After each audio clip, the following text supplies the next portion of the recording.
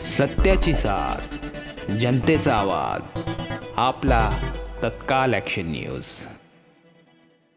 नमस्कार, माझं नाव सतीश. आपण पाहत आहात तत्काल ॲक्शन न्यूज. पुढची बातमी आहे सांताक्रूज पूर्व नेहरू रोडवरची.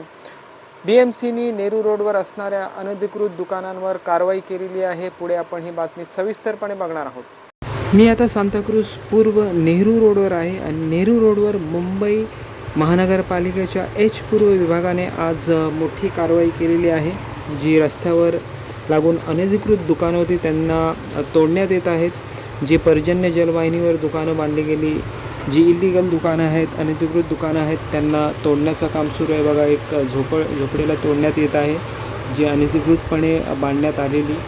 असे अनेक दुकानं आहेत, त्याच्यामुळे रस्त्यावर चालणाऱ्या लोकांना त्रास होतो आणि जागा मोकळी केली पाहिजे. अशी भरपूर दुकानं आहेत जे रस्त्याला लागून आहेत, जी अनधिकृत दुकानं आहेत आणि महानगरपालिका H पूर्व विभागाने आज ती सगळी दुकाने, बघा समोर एक दुकान आहे, त्यालाही तोडण्यात येत आहे. अनधिकृत दुकान आहे हा.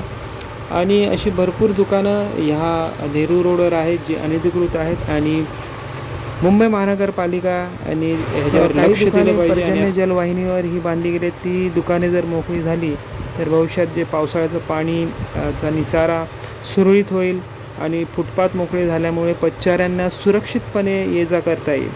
तर या दरम्यान या जागेवर पुन्हा अतिक्रमण होऊ नये, तसेच पर्जन्य जलवाहिनी आणि फुटपाथ कायमस्वरूपी मोकळे राहावे यासाठी मुंबई महानगरपालिका कोणती कायमस्वरूपी उपाययोजना करणार आहे याकडे परिसरातल्या नागरिकांचे लक्ष लागलेले आहे. सत्याची साथ, जनतेचा आवाज, आपला तत्काल ॲक्शन न्यूज.